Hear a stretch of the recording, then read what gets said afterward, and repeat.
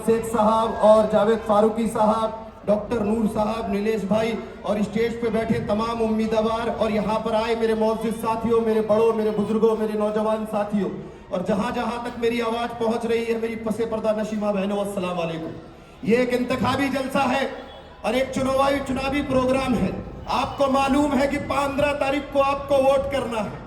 मेरे भाई, अगर मैं दिल्ली से आया हूं तो मैं आपको बता दूं, चंद समय में बहुत कुछ बताकर चला जाऊंगा, लेकिन जब मैं यहां से जाऊं तो लोगों को समझ में आना चाहिए कि मुल्क के हालात क्या है और हमारा मुल्क किस तरफ जा रहा है।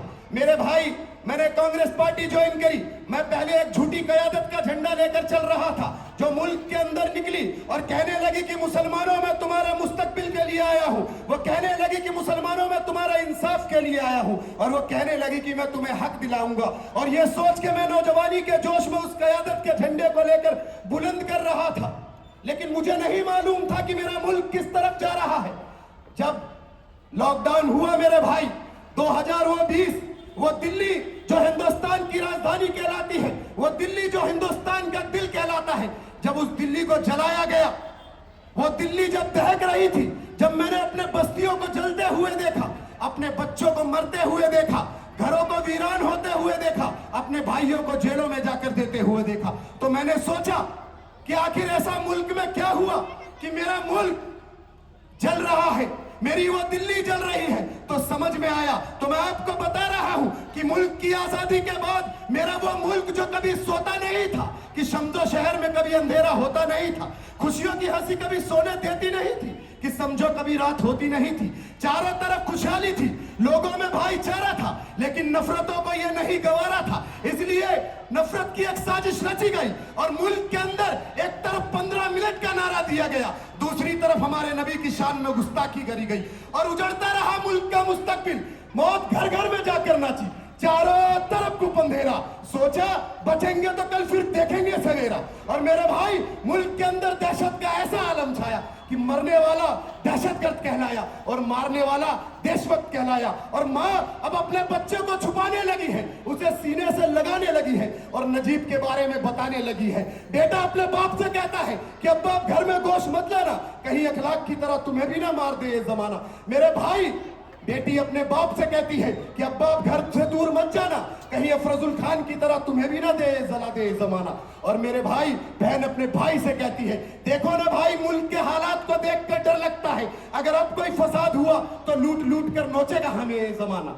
तो मेरे भाई, इस हालातों का जिम्मेदार कौन था, जरा सोचिए और सियासी शऊर पैदा करिए। मुल्क के अंदर यह झूठी क़यादत जो मुसलमानों के मुस्तकबिल के साथ खेल रही है, आप लोगों को गुमराह कर रही है, वह सत्ताधारी पार्टी भारतीय जनता पार्टी जो 2014 तक ये सपने देख रही थी कि मुल्क के अंदर हमने तमाम फसादात करा दिए।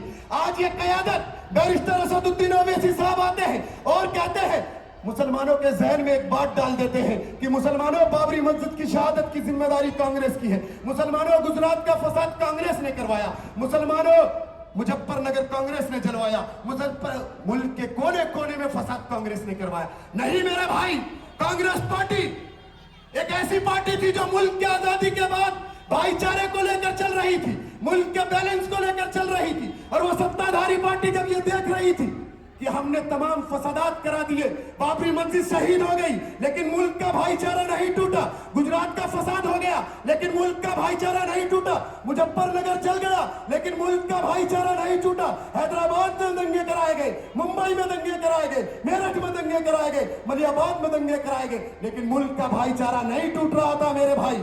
और ये लोग जब ये समझ रहे थे कि हमने तमाम कोशिशें कर ली और ये आरएसएस और ये भारतीय जनता पार्टी का मंसूबा कामयाब नहीं हो रहा था मुल्क के अंदर, कांग्रेस पार्टी को कैसे कमजोर किया जाए, तो जरा याद करिए मुसलमानों, तुम्हें पता है 2012 की वो वीडियो उठाइए जो आज आपके मुंबई शहर में आकर बड़ी बड़ी बातें कर रहे हैं। अकबरुद्दीन ओवैसी साहब जो 15 मिनट का नारा देकर मुल्क के मुस्तकबिल के साथ खेल रहे हैं, तुम्हारे जज्बातों के साथ खेल रहे हैं, उस भाषण को उठाइए उस भाषण में क्या बोलते हैं, उसमें राहुल गांधी जी का जिक्र नहीं था।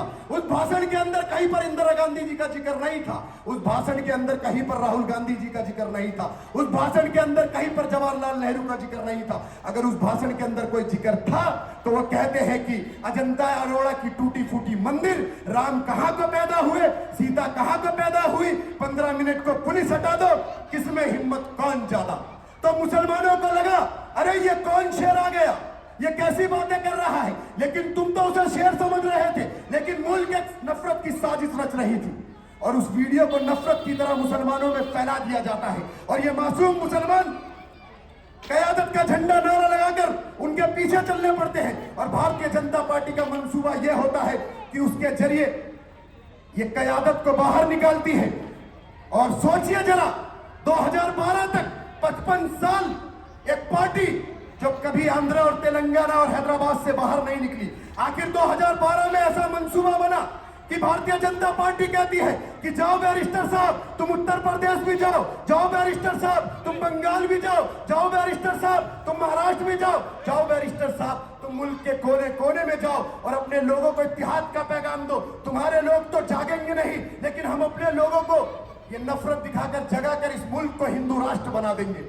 मेरे भाई, एक मंसूबा चल रहा है। अगर ये लोग और ये नफरती ताकतें अगर इसी तरह बढ़ती रही तो मुल्क का लोकतंत्र खत्म हो जाएगा। और जिस दिन मुल्क का लोकतंत्र खत्म हो जाएगा मेरे भाई, उस दिन उत्तर कोरिया की तरह तुम्हें भी तोपों के आगे खड़े कर उड़ा दिया जाएगा। अगर मुल्क का लोकतंत्र खत्म हो जाएगा तो तुम्हें भी चीन की तरह फोर्स की गाड़ियों के नीचे कुचल के मार दिया जाएगा। ये मुल्क का लोकतंत्र है जो हमें इजाजत देता है विपक्ष को सरकार से सवाल पूछने की हिम्मत देता है। और तुम्हें यह लोकतंत्र है जो सरकार से तुम सवाल करते हो। जब तुम्हारे वोटों का अधिकार छीन लिया जाएगा तो इस मुल्क का मुस्तकबिल मेरे भाई बर्बाद हो जाएगा। आज कांग्रेस पार्टी तुम्हारे बीच में मुल्क की मुस्तकबिल की लड़ाई लड़ रही है। जरा सोचिए, अगर राहुल गांधी जी भी चाहते तो झूठी हिंदुत्व का झंडा उठाकर वो सिर्फ हिंदू हिंदू करते, लेकिन राहुल गांधी जी ने भारत जोड़ो यात्रा निकाली और कन्याकुमारी से लेकर कश्मीर तक मेरा भाई 4000 किलोमीटर पैदल दौड़ा। न बारिश देखी, ना आंधी देखा, ना तूफान देखा। और वो कहते हैं मैं 10 बार चुनाव हार जाऊं, ना मैं हिंदू की बात करूंगा, ना मैं मुसलमान की बात करूंगा, मैं इस हिंदुस्तान की बात करूंगा। और ये हिंदुस्तान है जो मुल्क का मुस्तकबिल है मेरे भाई। आपको सोचना होगा, मुल्क के हालात आपके सामने हैं।